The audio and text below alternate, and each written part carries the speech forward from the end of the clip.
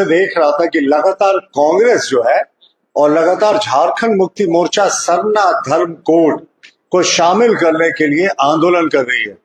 और आज तो मैंने झारखंड मुक्ति मोर्चा का बयान देखा कि सभी जिला मुख्यालय में वो धरना देंगे कि सरना धर्म कोड को इसमें इंक्लूड किया जाए। और कांग्रेस भी कर रही है कि सरना धर्म कोड को मुद्दे पे वो बड़ा आंदोलन करेंगे। कहते हैं ना कि अपने पुराने पापों को छिपाने के लिए कांग्रेस आज जो है सारा षड्यंत्र कर रही है। सबसे पहले तुम झारखंड मुक्ति मोर्चा को बोलना चाहेंगे कि अगर आपको सच में लगता है कि सरना धर्म कोड के साथ कोई ज्यादती हो रही है या हक नहीं मिल रहा, तो पहला घेराव और पहला धरना जो है ना वो कांग्रेस दफ्तरों के सामने दें। वो मैं आपको बताऊंगा क्यों उनको कांग्रेस दफ्तर के सामने देना चाहिए। देखिए, एक लंबे समय से ये लोग बात करते हैं कि सरना के जो धर्म मानने वाले हैं उनको उनका अधिकार मिलना चाहिए।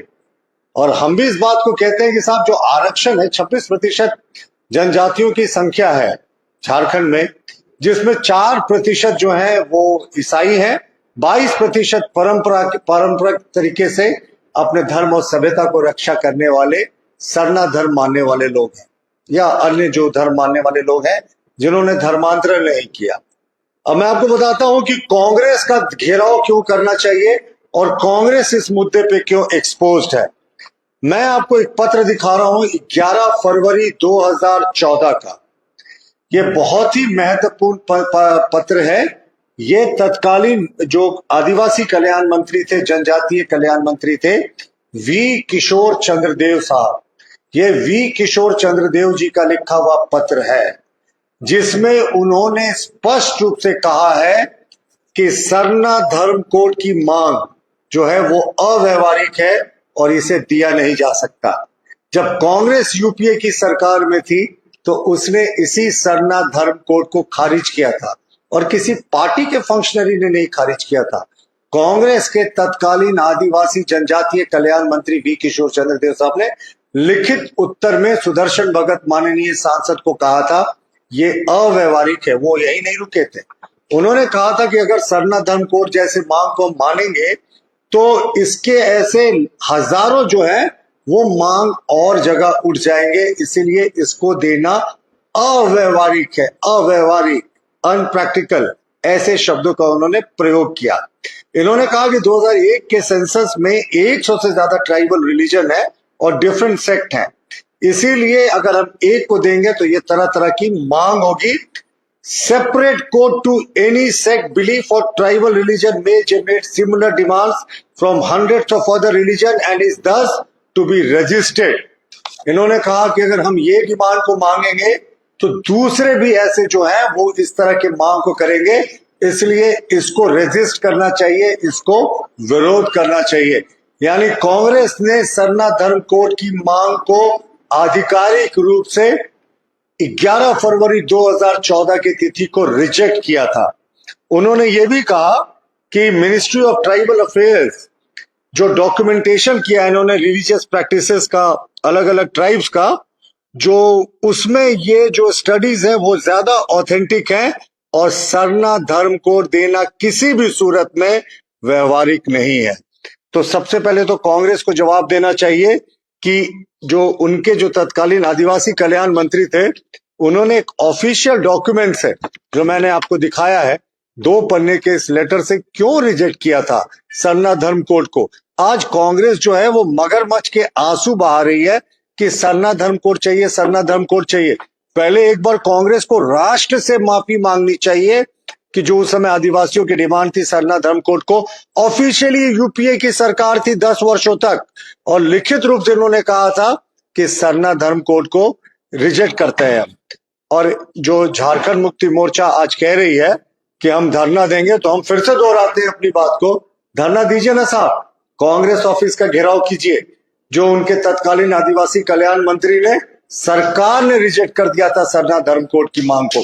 जब विधानसभा में पेश हुआ था तो भारतीय जनता पार्टी के विधायकों ने इसका विरोध नहीं किया था, लेकिन कहा था कि जिन्होंने धर्मांतरण कर लिया है उसको इस सूची से बाहर किया जाए। अब कांग्रेस का नाटक देखिए। कांग्रेस के लिए एक बड़े नेता थे पूर्व केंद्रीय मंत्री बाबा कार्तिक उरांव। उन्होंने अपने एक किताब थी, उनकी बहुत फेमस किताब थी 20 साल की काली रात। तो उस किताब में उन्होंने स्पष्ट रूप से लिखा है, देखिए उन्होंने 1967 में एक विधेयक इंट्रोड्यूस किया था पार्लियामेंट में, संविधान अनुसूचित जाति जनजाति आदेश संशोधन विधेयक, जिसमें उन्होंने स्पष्ट रूप से कहा था कि जिन लोगों ने अपना धर्मांतरण कर लिया है उनको आरक्षण की सुविधा से वंचित करना चाहिए, और जिन लोगों ने हजारों वर्षों से अंग्रेजों मुगलों के बावजूद अपनी परंपरा को जिंदा रखा है उनको इसका लाभ मिलना चाहिए। देखिए ये ज्वाइंट पार्लियामेंट्री कमेटी को रेफर हुआ 1967 में। ज्वाइंट पार्लियामेंट्री कमेटी ने बाबा कार्तिक उरांव के दिए गए सभी सुझावों को मान लिया, लेकिन तत्कालीन प्रधानमंत्री इंदिरा गांधी जी ने इसे ठंडे बस्ते में डाल दिया। उसके बाद जो कुछ हुआ लोकसभा और राज्यसभा में वो एक अनप्रेसिडेंटेड है। उस समय के 348 एमपी, जिसमें 322 एमपी लोकसभा के थे, 26 एमपी राज्यसभा के थे, उन्होंने इंदिरा गांधी जी को पत्र लिखकर कहा कि स्पेशल सेशन बुलाइए और इस जो विधेयक है इसको पारित कीजिए। इंदिरा गांधी जी बिल्कुल तैयार नहीं थी। अंत में प्रेशर में उन्होंने इस विधेयक को पेश किया 24 नवंबर 1970 को, और व्हिप जारी किया कांग्रेस के सचेतक ने कि बाबा कार्तिक उरांव ने जो धर्मांतरित आदिवासियों को ये सरना कोड या आरक्षण के लाभ से बाहर करने की मंशा रखी है उसके खिलाफ वोटिंग किया जाए। तो इतना विरोध था कि उस समय दबा दिया गया। कहते हैं नॉर्थ ईस्ट के 2-3 ईसाई मुख्यमंत्री थे, वो आकर दिल्ली कैंप कर गए कि ये विधेयक पास नहीं होना चाहिए। इंदिरा गांधी उन्हीं के दबाव में आ गई, और बाबा कार्तिक उरांव जिनके नाम पर कांग्रेस आज भी कहती है हम उनके सपनों पे चलते हैं, उनके सपनों को चकनाचूर कर दिया गया, जिसका पूरा वृतांत उन्होंने 20 साल की काली रात में लिखा है। तो एक तरफ कांग्रेस है, जब वो आदिकाल से अपना धर्म और सभ्यता की रक्षा करने आदिवासियों को हक देने वाले बिल की बात आती है तो वो उसका विरोध करते हैं, और दूसरी तरफ आज कह रहे हैं कि साहब सरना धर्म कोड दिया जाए।